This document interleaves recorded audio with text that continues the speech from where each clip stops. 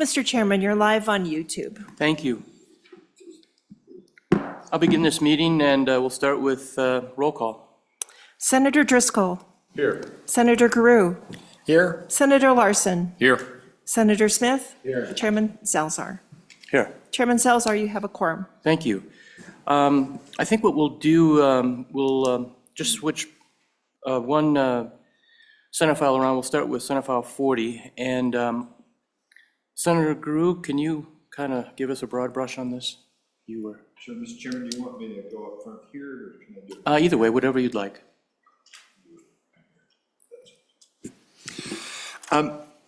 Thank you, Mr. Chairman. Senate File 40 that you have in front of you is through the Joint Appropriations Committee, but came from your rate reduction, regulation reduction task force that met during the interim, and as you know, they cannot sponsor legislation, so their bills that we passed through came directly to appropriations.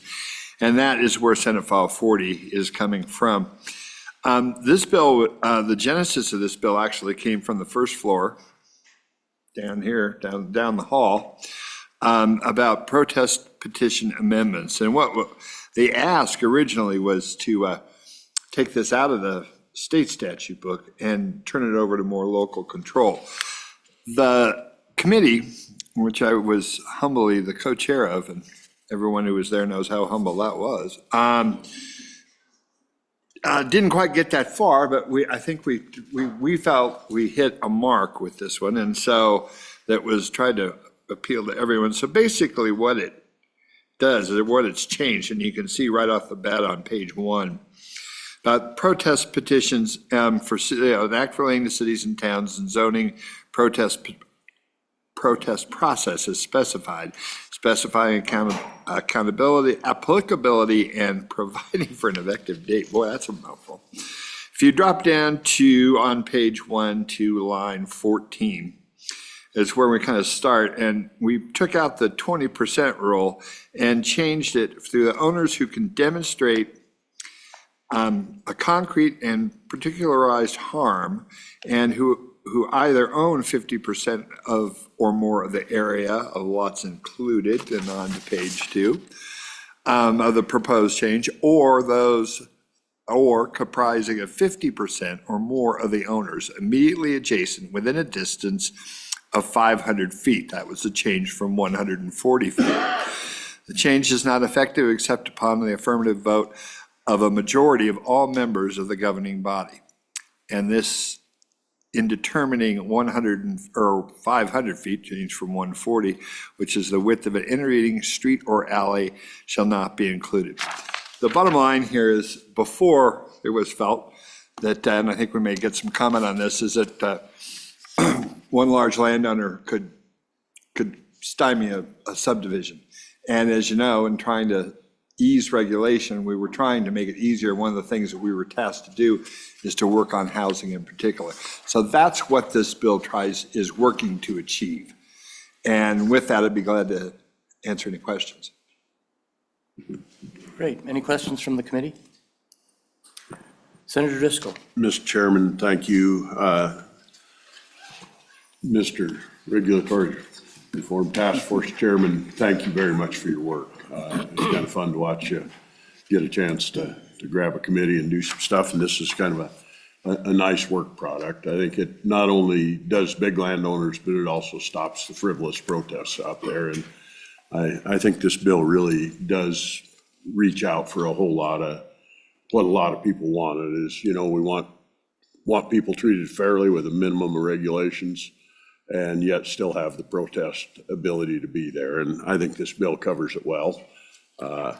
I may ask you to hold for a few minutes. I've got a text of a couple of people that are coming to testify, so we possibly might want to hang off if we don't have enough testimony to run into them. Thank you. For the sake of the folks that are listening, could you give us an example of how this would apply? Like, let's say I want to develop land out north. Well, basically, and I know some of my committee members are out there to play a few better job than I can this, but basically, this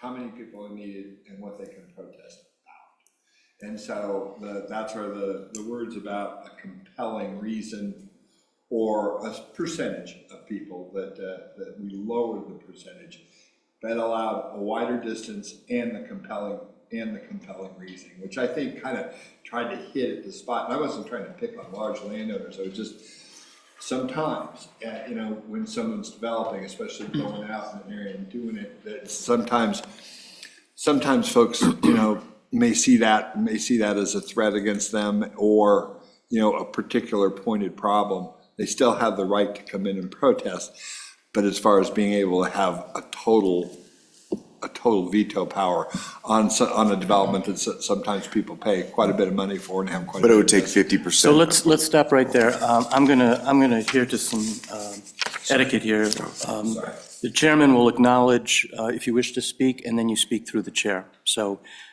Senator Smith? Well done. Mr. Chair. Yes, go ahead now. It would take 50% of the landowners around to bring the petition. Otherwise, don't go online. All right, can you hear me now? Check, check. Okay, all right. Okay, go ahead, Mr. Chairman? Mr. Chair. Mr. Chairman, through you. Yes. Thank you. Any other questions? Other questions from the committee? Okay, let's open it then up to public comment. Let's start with any agency folks here. Anyone from agencies? Okay. How about the public, the general public? Anyone from the general public? I will, good, okay. And then just, as everyone understands, just identify yourself, where you're from. Yes, Mr. Chairman, Mike Martin, I live here in Cheyenne. Ms. Delancey and I were both members of the Regulatory Reduction Task Force. I'm here to support the bill. Mr. Chairman, to you, Senator Smith, a good example of it happened in Laramie this past summer, where a small number of landowners were objecting to a zoning change for a multi-unit apartment building downtown. What it required was 20%, a very small number had brought the protest, which met the statutes, and required a supermajority or a 75% majority vote from the city council to build that multi-unit complex in downtown right on the railroad tracks in Laramie. And as happens pretty frequently, the Laramie City Council was not able to achieve the 75% vote by one vote. That happened on the northeast side of Cheyenne here a number of years ago.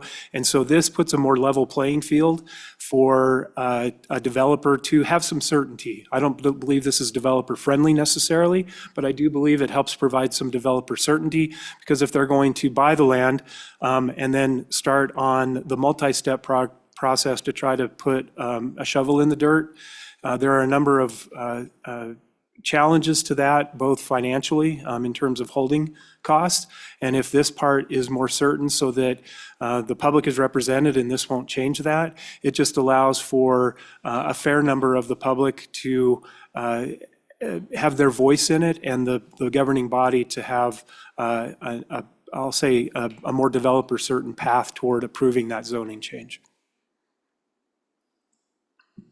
Thank you, Mr. Chairman. My name is Cindy Delancey, and I too also had the honor and privilege of serving on the task force. I've been on the task force now for almost 2 years. And Mr. Chairman, just a little bit of background for the new members that maybe weren't as involved in the work of the task force as Senator Grew and Senator Driscoll were, but we took hours of testimony all over the state, every corner, listened to all types of different scenarios. And really this bill is an outcrop of the desire to balance the bundle of sticks of everyone's property rights.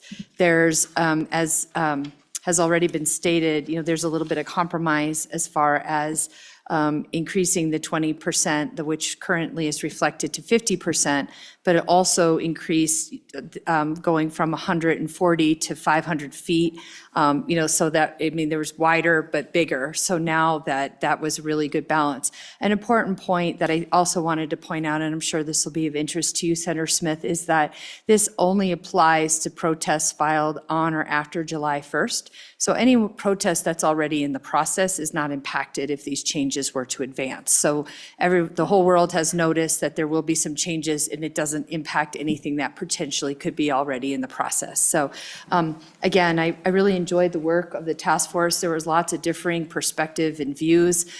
We are in a housing crisis in Wyoming, and just really trying to find some avenues to address the competing concerns as we try to grapple with some of our land use issues. And as you know, those topics are very emotional for people. To provide some certainty so we can figure out a path forward for our developers to grow in a responsible manner, really, I think this bill achieves that balance. And I'd ask for your favorable consideration. Any questions? No questions? Thank you. Appreciate it. Anyone else from the public? Before we get into our professional representatives from organizations, also known as lobbyists. That's a good word, not a bad word, right? Okay, so yes, please identify yourself and have at it. Good afternoon, Mr. Chairman, members of the committee. Dan Dorsch, representing the Southeast Wyoming Builders Association. We support this bill, and similar to what Mr. Martin had said, there have been projects shut down by this protest petition. The one he mentioned here in Cheyenne, a member of SUBA was going to build a 200-unit luxury apartment complex. The petition was filed and moved forward to City Council, and it lost 7-3. Had it not been for the supermajority requirement, it would have passed. So we support this bill, and this is a good step for helping to provide more housing in our state. As Mrs. Delancey mentioned, we are in a crisis, and housing is one of the biggest lack of housing is one of the biggest challenges for our economic growth in our state. Thank you very much. Yes, sir. Mr. Chairman, I'm Bob McLaurin with WHAM. We too support this bill. We appreciate the work of the task force over the last couple of summers, and be happy to answer any questions. Thank you very much. Thank you. Any questions? Any questions? Thank you. Oh, yes, Senator Smith. Mr. Chair? Yes. I didn't catch, who are you with? Wyoming Association of Municipalities. Okay. Okay, thank you so much. Who else? Anyone else? Please come on up and identify yourself. Gail Simmons from Sheridan County. I'm speaking as a community activist, I guess I could say, in Sheridan County. And I just wanted to point out that, again, that workforce housing is a tremendous issue in Sheridan, and we're being constrained by availability of land. We have one of the best public-private partnerships in a Weston village that is working towards workforce housing. And so this kind of balancing in a bill between the needs of the public, because there's differing views, is really critical. And I just want to also put a plug in here while I'm there about task force. This, I think, is an excellent example of a well-written, concise bill, because I'm a civics wonk, that addresses a real issue in Wyoming. That makes it unique. Keeps to a solution that goes no further than necessary. So from 20% to 50% allows for the input without kind of the minority having an overwhelming balance. And it also balances conflicting terms. So I very much support this. Thank you for the work that was done on this. And please continue to work on real Wyoming problems. Thank you. Hello. Mr. Chairman, Good afternoon. Rennie McKay, I'm the president of the Wyoming Business Alliance, and I served on the Regulatory Reduction Task Force. So that was a great honor to work on that. We talked a lot about energy and housing this interim, and I think the focus on housing is so important. I've been in this role for 9 months, and as I've talked to our members and businesses from across the state, from every industry, their biggest challenge is workforce and talent. The worst stories that we hear are when a business offers a job, and this has happened in this county. This is not just a Teton County issue, Senator Grew. In this county, we've had businesses offer people jobs. Those folks accept, the salary works, they love the opportunity to come here, and then they cannot find a house and they turn the job down. So again, I talked to engineering firms. They're not bidding on projects right now because they can't get enough people to come in and work for them to do that and make more money, hire more people, create more profit, and make more prosperous communities. And so with housing being a limitation for that talent recruitment and retention, I think this is really important. And so really appreciate you taking this up. I think as we've looked at housing for a couple of years now with great partners that have been represented in this room, a lot of this is at the local level, and I really do appreciate the municipalities being part of that conversation to see what they can do. Cheyenne has done some great changes to their local ordinances to bring down costs. So has Mills. We've seen some things in Laramie that are moving in the right direction. This is really a great lever to pull at the state that's at the state level. And I know, there's all kinds of opportunities. There's been some criticism of this bill that it's not regulatory reduction. You could repeal completely, just change this bill to get rid of the zoning protest petition altogether. And just a reminder, what this is that a city council in a public meeting and a public process has already voted on this. Then there's an appeal of that decision, that's the petition, that then overturns it. So the public has been engaged here. This is not removing the opportunity for the public to be involved. It's about what comes after a public vote in a public meeting. So just a couple of thoughts for you there, depending on how much you want to reduce. Okay, and I see a former state legislator. Yes, sir. Thank you, Mr. Chairman, recovering politician. Mr. Chairman and members of the committee, my name is Tyler Lindholm. I'm the State Director for Americans for Prosperity here in the state of Wyoming. I am never on bills that is a kumbaya where everybody's in favor. Everything's usually a fight, so I had to come up and say something that we're also in favor of this legislation. And Rennie did kind of steal my thunder that a repeal would be really cool too if you really wanted to reduce regulations. But as the bill stands now, we would support it if it was a complete repeal also. Okay, any questions? Anyone else would like to come up before we go to the online public comments? Okay, who do we have, Linda, for online? Anyone? Yes, Mr. Chairman, you have a woman by the name of Melissa Ruth, and I'll bring her into the room. Okay.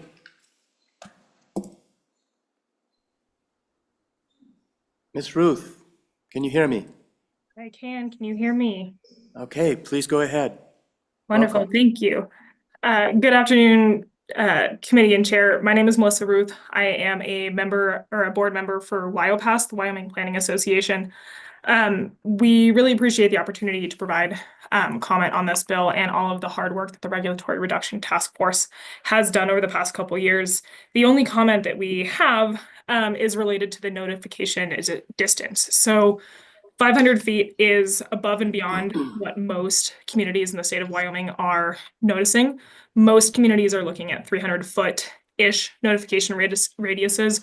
Some communities are a little further than that, some a little shorter. So the only comment we really have to make is that increasing that distance from 300 to 500 feet as a required notification buffer for local governments will likely increase the cost for applications because those local governments do pass the notification fees on to, I should say, a lot of them do pass that notification fee if they are the ones doing it onto the applicant. So a 200-foot increase, while it doesn't seem that substantial at the cost of what the current rates for mailing is 69 cents. So in the case of Cheyenne, it is about a 200% increase to go from, and this was back at looking at an old draft, and I don't do math on a daily basis. I try to avoid it if I can. But at 69 cents per mailing, you could be capturing a significantly larger number of property owners. So that could drastically increase the price of mailing for local governments. So that is the only thing we had to kind of add. It's not necessarily in support or against, but more of a consideration for you all. Thank you. Thank you, Ms. Ruth. Any questions? Okay. Thank you again. Who else do we have? That's it. Okay. So, last shot. Anyone? Any further comments? Otherwise, I will close public comment and we'll go to the committee. What is your pleasure? Second. Move the bill. There is a second. Any changes, any amendments? Senator Larson. Mr. Chairman, I think the minority ought to have a bigger voice, so I probably am going to make a couple amendments, suggestions. So I'd like to amend on page 1, line 15, make that 33%. Page 2, line 1, 33%. Let's start that over again then. Page 1, line 15. Right. Delete 50 and enter 33. Okay. Line 1, delete 50 and enter 33. Okay. Line 5, I still would like to have it pass with a larger than majority. I'm going to go with 2/3. Line 5.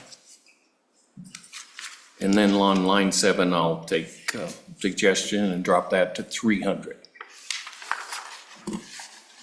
Okay, is there a second to that motion? I'll second it for discussion. There's a second. Discussion. Mr. Chairman, Senator Driscoll. speaking on and opposed to it, other than one portion, I support the reducing non-line 7 from 500 to 300 feet. But, you know, I'm one of the ones that potentially gets affected by this type deal, and too often anymore, small groups are just shutting down projects. And not only does it stop the projects, as was testified to, but it also affects private landowners and private property rights. As a landowner, particularly up in the hallowed land up there by the man at the end here, way too often, they just don't want any development at all. And it doesn't take much to have 20 or 30% say, you know, I don't want anything built next to my house. And can you name anybody that wants something built next to them if you live out in the edge of the world? I'm one of them. I live at Devil's Tower. I'm going to have some subdivisions very, very soon coming up near my house. I would absolutely, in a lot of ways, love to block them. But as a private landowner and in a county that's desperately in need of housing, my belief is the rights of private property right owners and the need for development in the county trumps where I'm at. So I speak on and opposed to it, and I encourage the rest of the committee to think strongly about private property rights and where we do going forward. Thank you.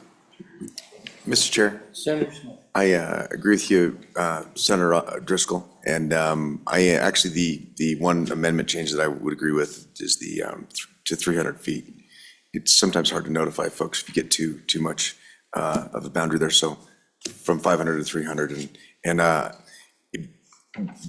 very freedom-loving minds could differ, but I err on the side of private property rights. So the rest of it I don't agree with.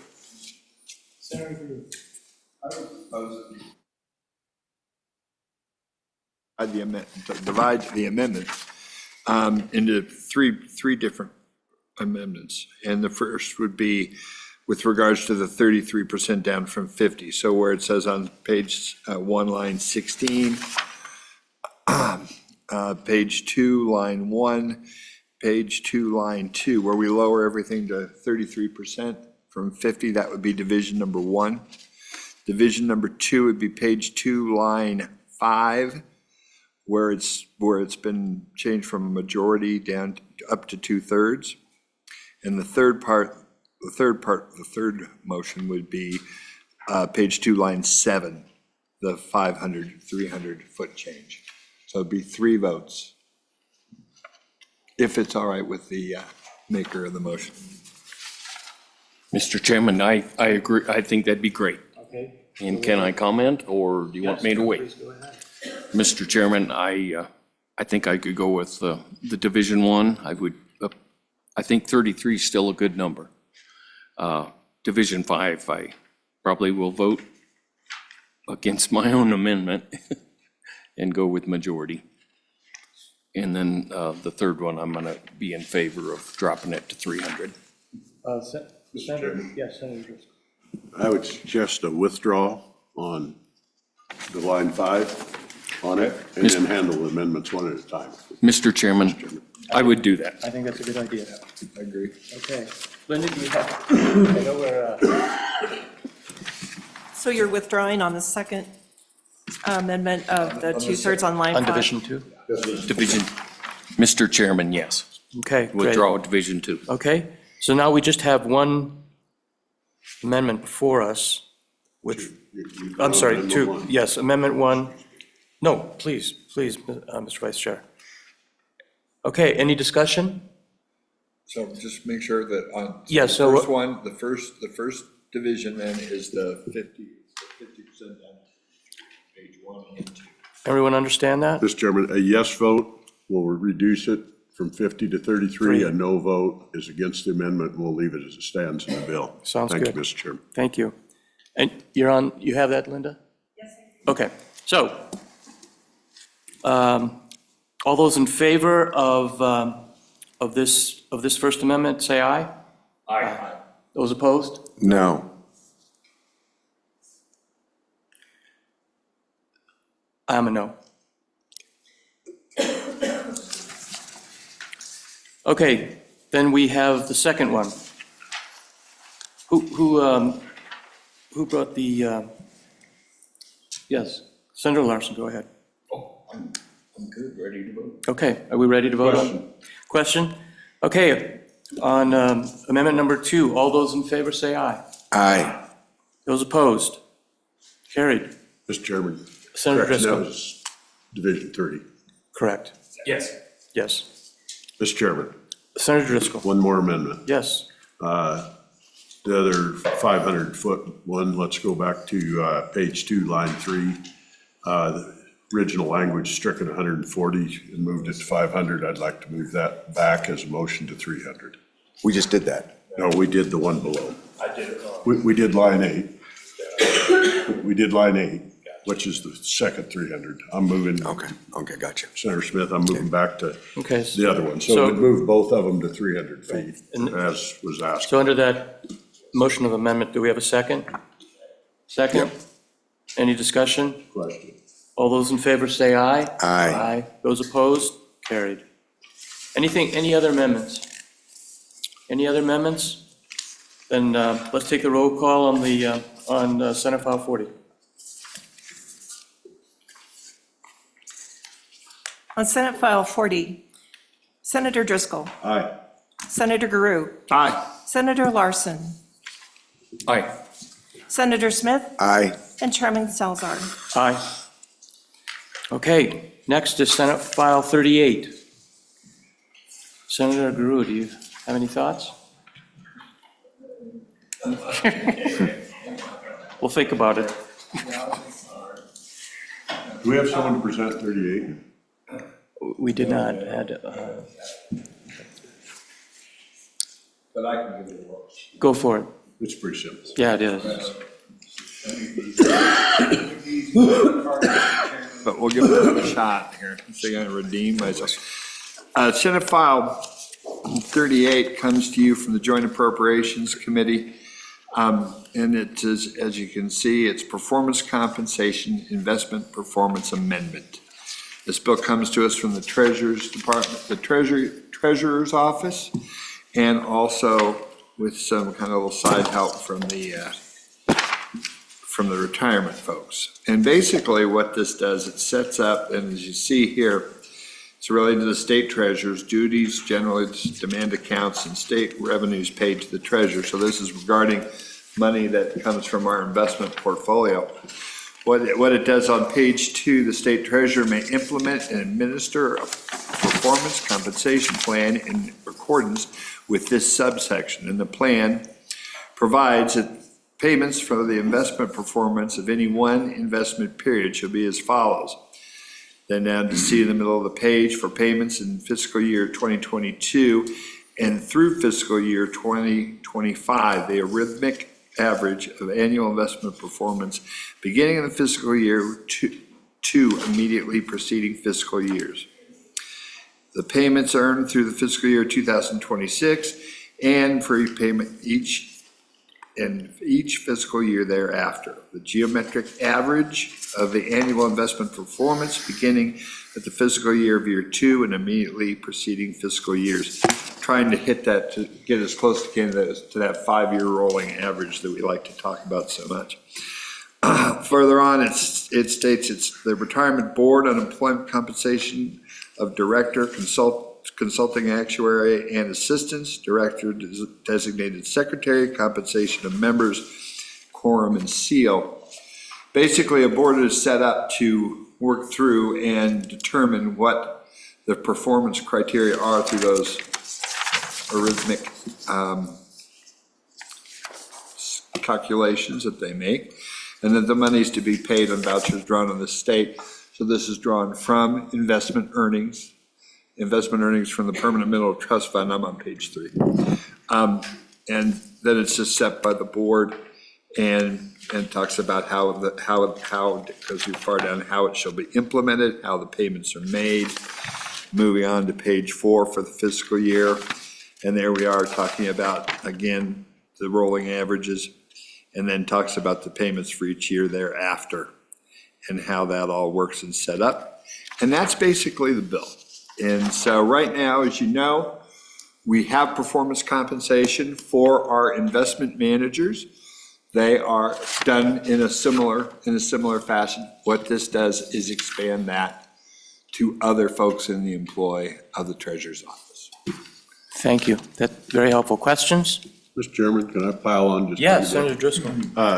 Great presentation, and yeah, this is really a retention policy, so we can really keep our good people. These folks are making us a lot. They generate about a huge amount of the retirement and about a third of our general fund spending, and we're trying to make sure that we're adequately taking care of our people that are doing it. They only get this if they perform. They don't get it if they don't make it.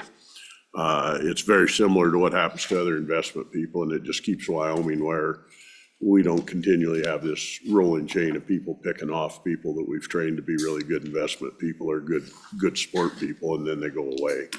I think this is a critical bill as we move forward into investing our funds. Thank you. Anyone else on the, anyone else? Okay, public comment. Anyone, any agencies? Anyone from the general public? Anyone representing organizations? Going? Public comment closed. What's the pleasure of the committee? Move the bill. Move the bill? Is there a second? Any discussion? Question. Oh, wait a minute, I think, No, we're good. Senator Smith, you okay? Well, I'd like discussion. Yeah. no, Okay, that's right. Senator- Make sure we didn't wait. move. Okay, so let's, did you have? Yeah. Okay, so Senator Grew and then Senator Smith.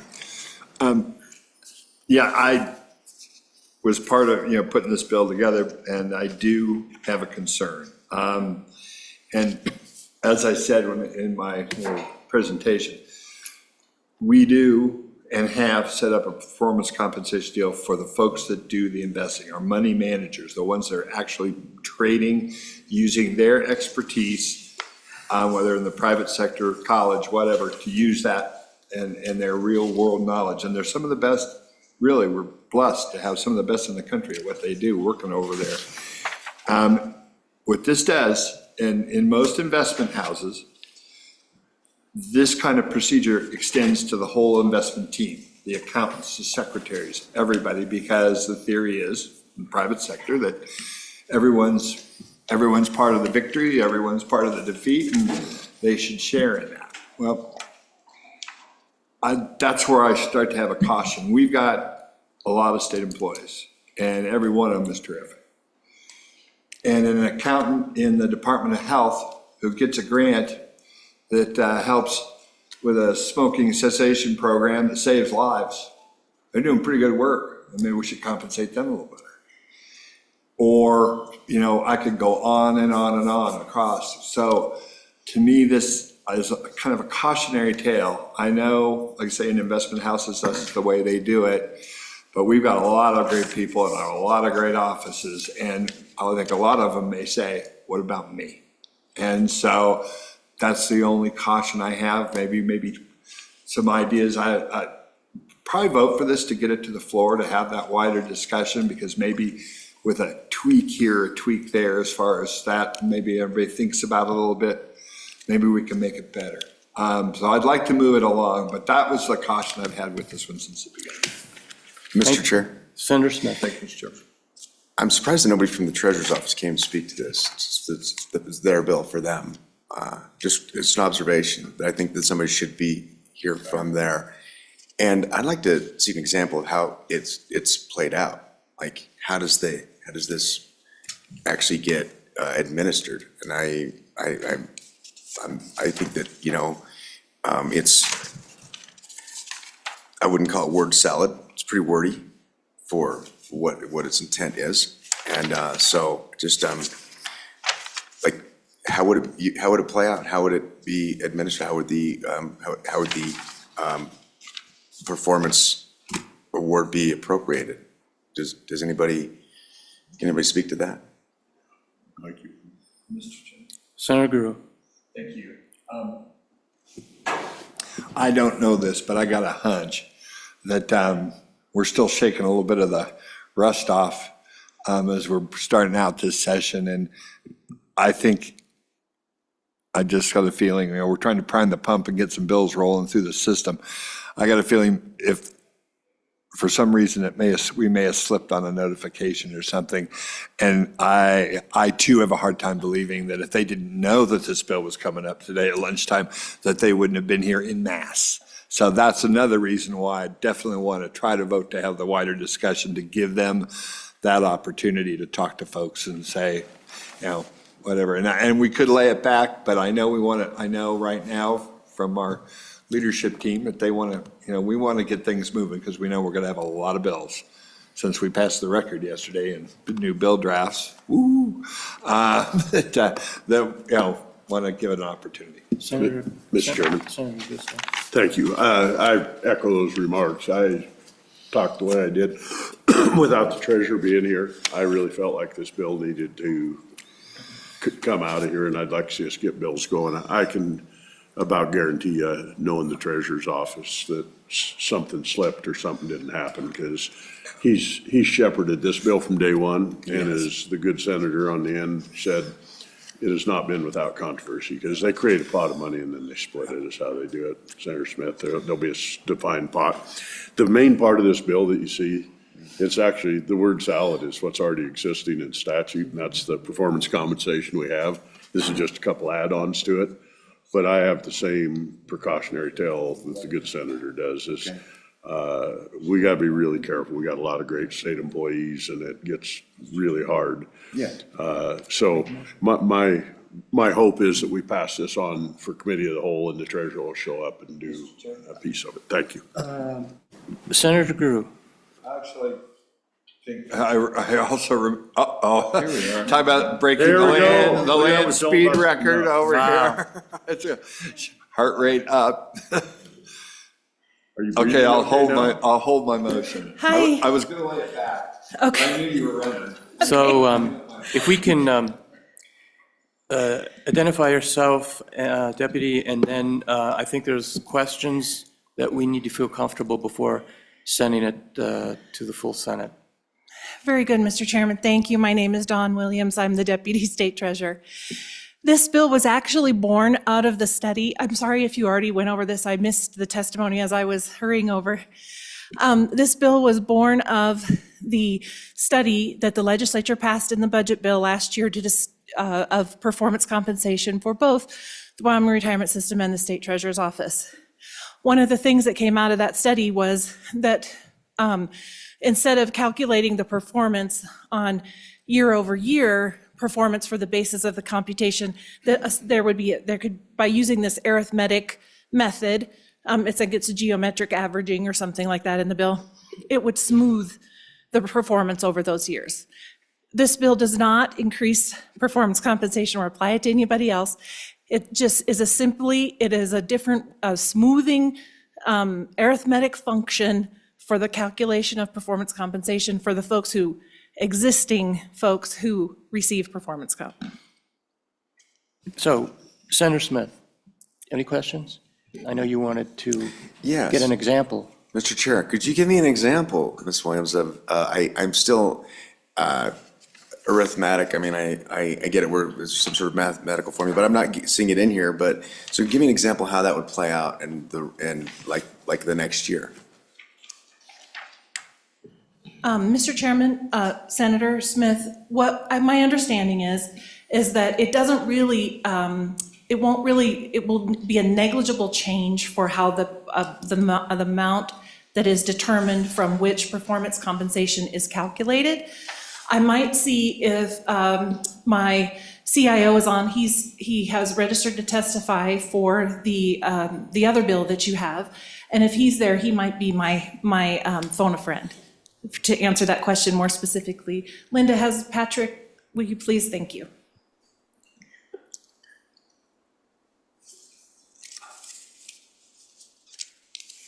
Can you hear me? I'm still, We can hear you. okay, I don't know what's happening. with Identify the camera. yourself and help a friend Yeah. out. Yes, Mr. Chairman, my name's Patrick Fleming. I've been on the entire time. I raised my hand, but I was not admitted in, so I apologize for that. But I was here listening to the good senator's comments about the bill. I would like to reiterate that Don is absolutely correct. This was something that was born from the studies through the two consultants about how to make the process a better way. And so all this does is take a geometric average, which is you just add year 1 plus year 2 plus year 3 divided by 3. It's just basic. But before, what we did is it was 1 year at a time. So you had this volatility that was associated that wasn't really appropriate to a mature payout structure. So just about everyone would have something that would smooth the highs and the lows. But when this bill was first passed, it was brand new. We didn't have this. We only had year 1. We didn't have year 2 or 3. So it's just basically a smoothing process that both Makita and RVK recommended that we should do, and hence the reason for the bill. There is not an increase. It doesn't have anything to do with paying other people. There's nothing in this other than to just change the process that we use to smooth out the returns. Mr. Chairman. Okay, Senator Guru.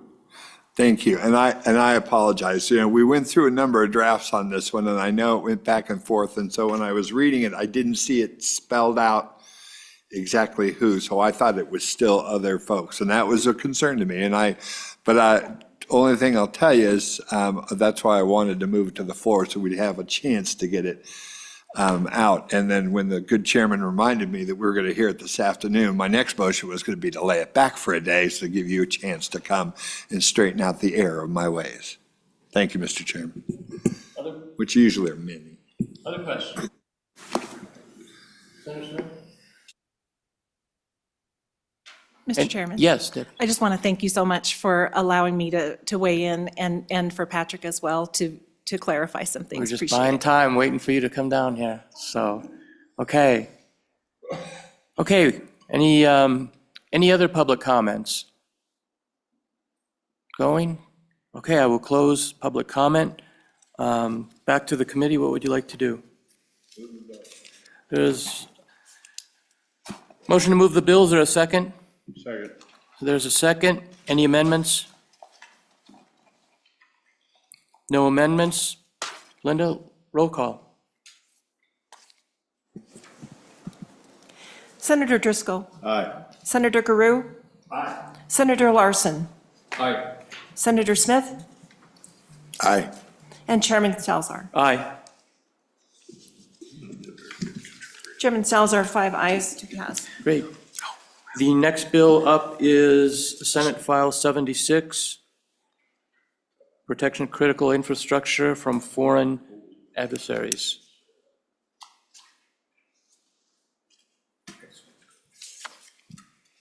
Okay. Again, I think, let's see here, 76. Yes, Senator Groot. Was Mr. Fleming here to testify or to help us with Senate File 70 or the formal? 70. Okay, so maybe if we could start with him since he's hopefully still online. He's no longer online. He's no longer online. He left. Oh, great, he's left it to me now. I'm not saying nothing. Okay. Great little bill. No. Just kidding. Is he coming back? Phone in a friend. Dial in. He is still online. We can Okay, promote him to there a we go. panelist. I think he might be a better person, Mr. Chairman. Okay. To explain that bill if he's willing. Yes, please. If you can hear me, please go ahead. Mr. Chairman, I just promoted him to panelist, so it'll take a second. Okay, fine. Okay. He's on. Okay, are you with us? Yes, Mr. Chairman. Yeah, Great. I'm not sure what happened. I Please. stayed online the whole time. Yeah. And someone disconnected me, so I apologize for that. No But, problem. Please go ahead. And just to clarify, this is Senate File 70. I could not hear We're going on 70? Senator Groot. Did he comment on that bill? Is that what you're asking a question about? Right, Yes. correct. So we will head to Senate File 70 then and go with you on that. Thank you, Mr. Chairman. So this bill has been discussed through our Investment Funds Committee. It has been discussed through our Capital Funds Committee, numerous times, Select Committee on Capital Finance. And what the purpose of this is to allow these two agencies to have a cleaner spending policy. So how it is now with the PMTF or Common School, that if we don't meet our spending policy, then we have that lower amount. They don't have the money to spend, but we have a reserve account. So instead of doing a reserve account, what we're actually doing is trying to move from what would be considered a quasi endowment model to a full endowment model, which will really allow us to just spend the amount of money that's earned. But to do that, you have to move it out of the current structure, and that's what this bill would be about. Now, as far as the 3% and the 4% spends, that is something that we worked exclusively with both of the agencies to see how much money that they needed. So, for instance, in the way that this bill would work is that they have the spending policy that they're able to withdraw this 3%. Regardless of the inviolate nature of the fund. So this would require them to have that amount to be able to spend, but with the earnings that we have, it would be sufficient for them to make the spending policy. This is a much more efficient way to do business. We've been trying to do this with the permanent funds and Common School, but we have not been able to have the success with this. But this has been a well thought out, hardworking group of individuals that are trying to get both of these institutions to be able to be on a more consistent spending path without have the gyrations of the market that goes up and down. Could I stand for questions? I know that's a mouthful, but one last thing. Why we're doing this variation of the amount that's being proposed, how it's this moving average. The reason being is both of these funds had very large chunky amounts that were distributed. And so with that, if you just took a 1-year average or last year's number or whatever, it could have a much higher gyration. So the same thing that we talked about with the geometric average, by having a 5-year average of the funds, excluding some of the ups and downs, it would make it a much smoother number to be calculating that 3% and 4% calculation. Great. Okay, committee, any questions? Senator Smith? Mr. Chair? Yes, go ahead. If Patrick could explain the 351,000 expenditure, Mr. Chairman. I led you down the wrong path. 351 goes back to critical infrastructure, which will be the next bill. Oh, okay, gotcha. I was about to ask the same question, and I did the same myself. My apologies. My bad. So does this bill cost are there any ramifications for this bill from an economic standpoint, from a cost standpoint? Please go ahead. I'll ask it again, Mr. Chair. Yes. Are there Senator any, Smith. are there any economic ramifications from a personnel standpoint? Like, does this bill change, are there any costs that we need to, that we'll intake as a state? Maybe you can't hear me. Can you hear us? Is that addressed to me? It's a question to you, Patrick. Oh, I'm sorry. No, this has nothing to do with any allocations or anything to the state. It only has to do with the amount of money that these entities are able to withdraw for operations of their yearly budget. Mr. Chairman? Senator Guru. This is for the Cultural Trust Fund, and it's money that comes from the interest from that account. So there are no taxpayer dollars. It's just money that comes off the PMTF into one of the places that we have it, one of the entities that we have it set into to generate money, like the Wildlife Trust Fund and other trust funds that we have. Any other questions? Okay, thank you, Patrick. Appreciate it. Any other comments? Please come up and identify yourself.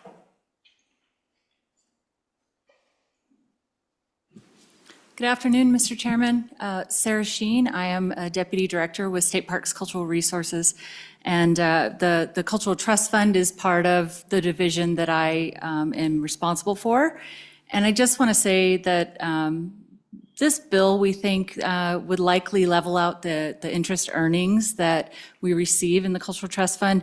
And that essentially would give the board and our constituents a better sense of what's coming down the road, what they could expect to have available for granting purposes in the coming, the next grant cycle. We have 2 per year. And it's been, in the past, it's fluctuated quite a bit, and it's been difficult for the board and our constituents to know kind of what to expect is coming. So that's really all I have to say, and I'd be happy to take any questions. Great questions, Senator Guru. Thanks, Sarah. I wanted to ask you, this is more than just income spun off from investments. You get grant funds, you get funds from a lot of different sources that you do that roll into this fund that you draw from. Is that true? Mr. Chairman and Senator Gru, we certainly, in our statutory language, have the ability to take in funds from other sources, and we have had some instances of folks donating to that account. Those monies then go into the corpus, correct? Thank you, Mr. Chairman. Great. Any other questions? Thank you. Appreciate it. Thank you. Mr. Chairman? Yes, Senator Driscoll. Can I back up and ask Mr. Fleming a question? Absolutely. Are we creating any risk by removing the invalid status? I assume we can do that anyway because it's just a legislative approved account, but are we creating any chance for mischief by removing that status? By the way, I love what you've done modernizing our funds. You've stretched dollars for taxpayers and for us a long ways. But I'm always concerned when we remove an invalid status that mischief can possibly occur. Thank you. Mr. Fleming. Mr. Chairman, Senator, that is a great question. And that is, I think, one of the reasons where there were any questions last year when this bill was presented. And so the key on it is the spending policy. So if you were to change the spending policy, then it's going to create an issue. And that's one of the reasons why we're not able to do this in all of our funds, because it enables you to have an assurity of your spend for multiple years. And so we don't have that with the large funds. As you know, we have this biennium. So what you said is exactly true. But with the larger funds, certain legislators wanted a low spending policy, some wanted a high spending policy, and that created issues. And that's why it wasn't put forth for the larger funds. But for these entities, as long as you keep the spending policies at these thresholds, which we're able to develop, we feel very confident in the income that we're producing to be able to fulfill those spend, then we're going to be okay. If it was changed, then that would be the problem. So to answer your question in a direct way, it would only occur if you change the spending policy to increase it above the anticipated income coming into the funds. Great. Other questions? Anyone? Any other comments from up front? Okay, I will close public comment. What would the committee like to do? Move the bill. Motion to move the bill. Is there a second? There is a second. Any amendments? No amendments? Roll call. Senator Driscoll. Aye. Senator Guru. Aye. Senator Larson. Aye. Senator Smith. Aye. And Chairman Salzar. Aye. Chairman Salzar, 5 do pass. Great. Then the last bill before us is Senate File 76, which is protecting critical infrastructure from foreign adversaries. You again? Go to the end. I was actually just, Mr. Chairman. Yes, Senator Guru. I was just actually casting a gaze out to the Director of Homeland Security and with a begging, playful, pleading wail. I suppose you'd help me out on this one, would you? Because I was bad at the first two, but I really suck at this one. So you want to jump up and help me on this? You want us on each of these bills to committee members to carry. Thanks, you guys. Lynn Budd, I'm the Director of the Wyoming Office of Homeland Security. Thank you, appreciate that. Yes, welcome. Mr. Chairman, yeah, thank you. I'm not sure I can totally introduce the entire bill. There is a lot of moving parts there, if that's what you're asking me to do, sir. I will just take the opportunity to give you a little bit of an update on the activity of meeting the statutes that were passed last year, to let you know where we are on that. That will give kind of a baseline for you to know how complicated this issue is. The previous legislation charged us with the development of critical infrastructure zones around critical infrastructure, where we would be looking at property conveyances in conjunction with the clerk's offices at the county level and evaluating those for further investigation to determine if there's concern for foreign investment. We've had a running list and a continuing expanding list of critical infrastructure as defined for this purpose. I think that's something important to understand, that we are focusing mostly with the lifeline sectors to start with, which is energy, communications, water, and wastewater. As I said, we're in the process of developing those critical infrastructure zones. In conversation with the County Clerks Association, we came to an agreement that we would like to see the directional flow of the information reversed. Right now, the information regarding the critical infrastructure that's in a county is supposed to be communicated to that county, and then they look at those conveyances and determine whether those sales or conveyances have happened within our defined critical infrastructure zones. Two issues that we have with that process as we've begun to investigate this new task that we are working through. That information is called Protected Critical Infrastructure Information, or PCII. That is very sensitive information if it was put into the hands of somebody with nefarious purposes, could be very handy for them to have. So that is one reason for us to try and reverse the flow of the data, would be that we will keep on a secure server this data in our office so that it does not have an opportunity to become compromised. In addition, that would put the burden of the sorting, if you will, on our office and not the county clerks. They currently have the ability to do a kind of a bulk download of conveyances that have happened in their office, and we will be looking, no matter which way it goes, we'll be looking for a software solution to compare those zones with actual conveyances, because they are parcel by parcel. So the reason for the reversal, again, is to protect that critical infrastructure information and take the burden off of the county clerks to do that sorting. That bill, just for your reference, well, I know it's not the one we're talking about now, is House Bill 97 that will be coming before you all eventually. So we would ask for that reversal of that data flow to both make our job of protecting that information easier, as well as, again, removing the burden off of the county clerks. They gave us an estimate of, there's approximately 1 million different transactions that happen in a year in the state of Wyoming. And so development of that ability to compare those critical infrastructure sites along with their conveyances is a task that's probably better suited to a state office versus the county clerk's office, is having to develop that capacity at every office. We have not moved forward with an RFP on that particular software, as it will make a difference whether that information flow changes or not. So we will need to make sure that we have all of that taken care of. So that's kind of where we are. There are, with regard to Senate File 76, there are certainly threats to critical infrastructure from foreign entities in our state, and we have identified those already, and some of them have been taken care of.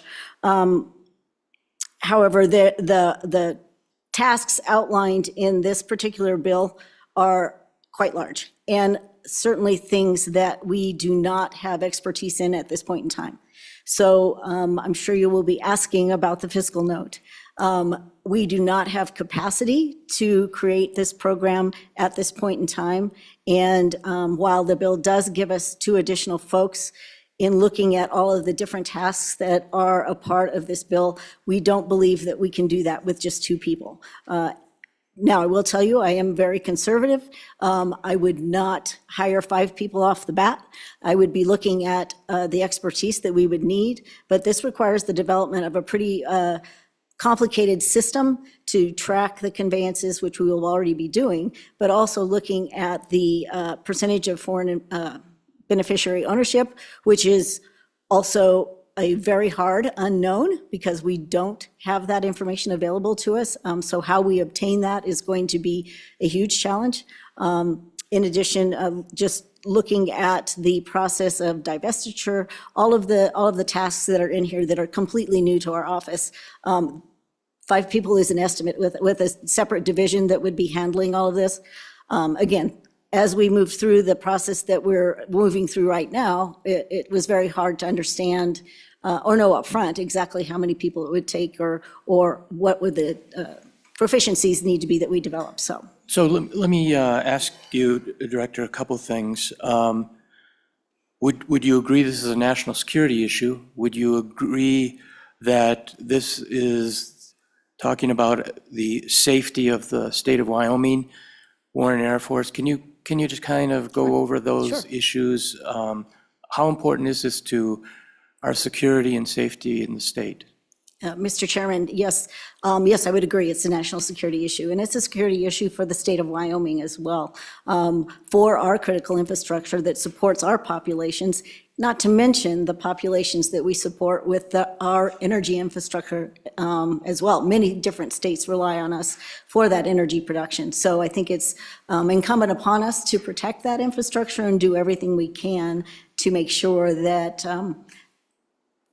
it is protected. The state of Wyoming is unique, especially in the southeast corner with F.E. Warren Air Force Base, in control of the 3 missile bases, the missile silos that are around here. It certainly is a unique situation, but I believe that it is necessary for us to continue to do whatever we can to protect that critical infrastructure as well as the military infrastructure. I will throw out one additional comment in there with regard to CFIUS, or the Committee on Foreign Investment in the U.S. Their jurisdiction is military facilities and ports for critical infrastructure. We do not have any communications with them at all. So the part in the bill that talks about that we should not be moving forward with an investigation if CFIUS has an ongoing investigation would be very hard, if not impossible, for us to know. With the previous action, the first time CFIUS has ever taken action that was taken in the city of Cheyenne or county, Laramie County, we did not know anything about that prior to it happening. So we don't have an information flow that would allow us to know whether or not there's a current action going on with CFIUS. And obviously, we're in a public setting right now, but you did make comments in a private setting last year on this issue, did you not? Yes. Okay. Are there any questions for the director? Yes, Senator Guru. Thank you, Mr. Chairman. So when you talk, we talk about F.E. Warren and we talk about the federal government, and it's well lined out about that. But critical infrastructure for the rest of Wyoming, and it's far more than just pipelines, but it's water treatment facilities, those types of things that are in individual communities. So that's where you all are gonna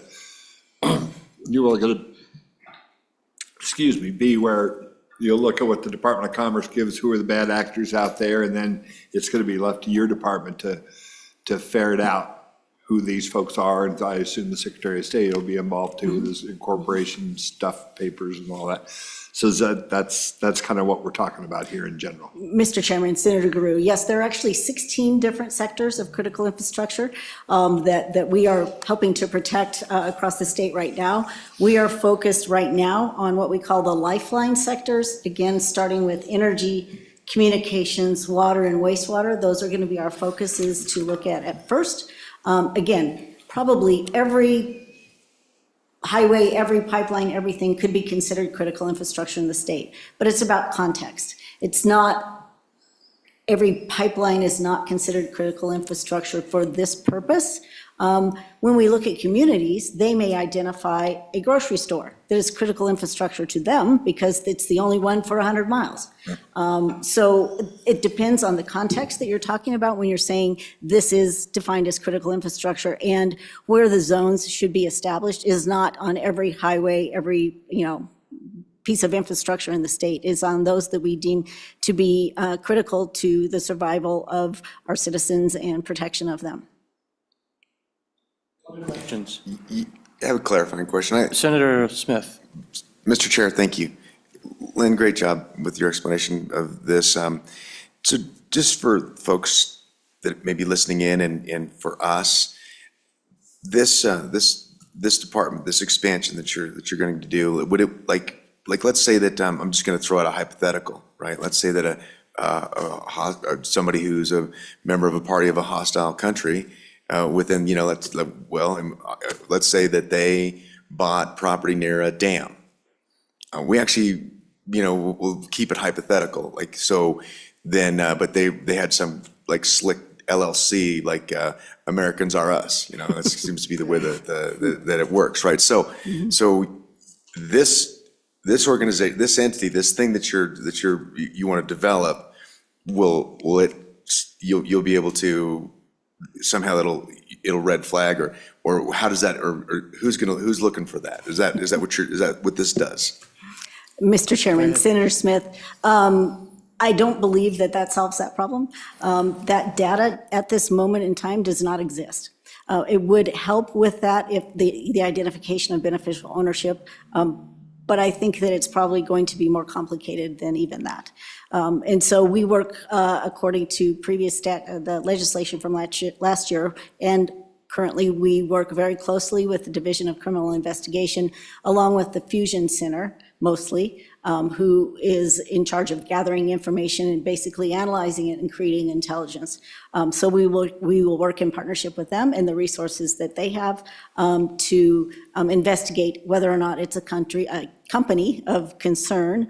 There are several other lists in addition to 15 CFR 791.4 of, there is, and I can't remember the name of it off the top of my head, but there are specific companies that are known to the federal government. It's on a published list that are companies of concern. So we'll be looking at any data we can find to try and evaluate whether or not this is a purchase that we have concern.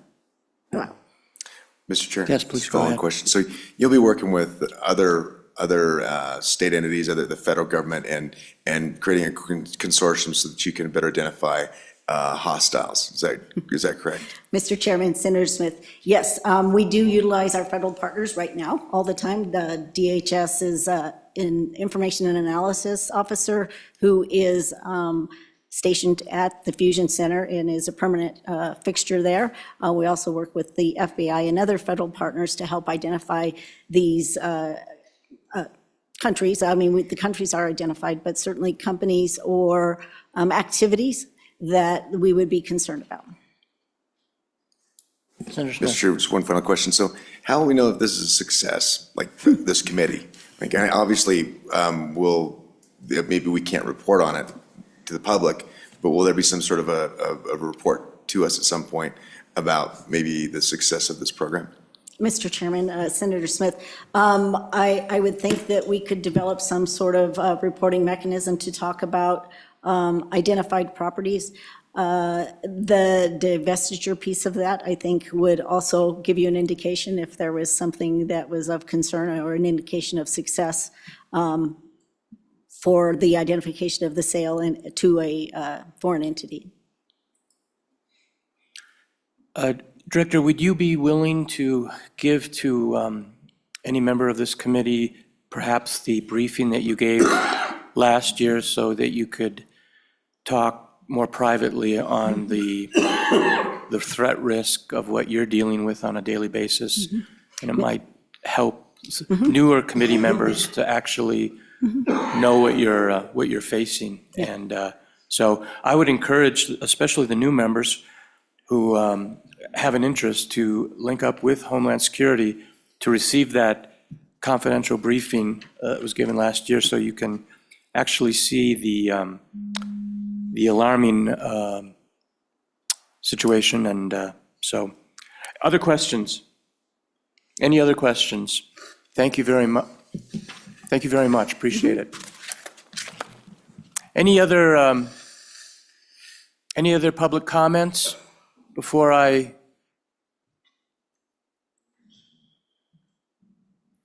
Yes, sir.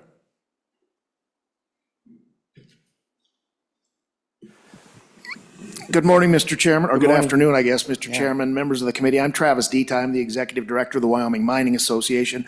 And our interest in this bill and other bills that will be before the body this year, as you recall in the last session, we had a number of bills come before the full body dealing with foreign ownership. And our concerns stem from the point that the language was a little bit too broad. And so we had asked for, in the interim, for the committee to look at this and see if we could tighten up the language. And coming to the conclusion that the foreign adversary language would be what would be used in some of these other bills that are coming up, as well as this one.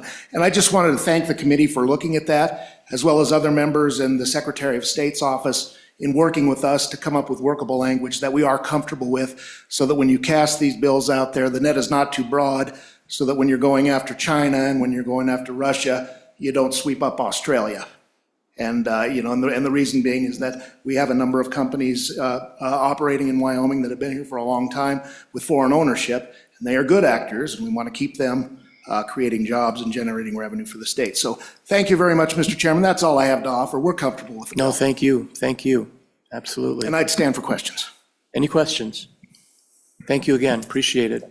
Any other testimony? With that, I'll close public comment and back to the committee. What's your pleasure?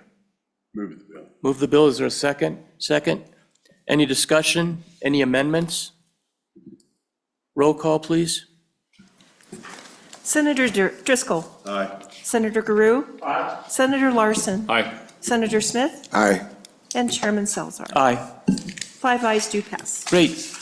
And I think we've taken care of the agenda. Linda, thank you. And I will adjourn the meeting. What'd you say? Yeah. Yeah. Well, I mean,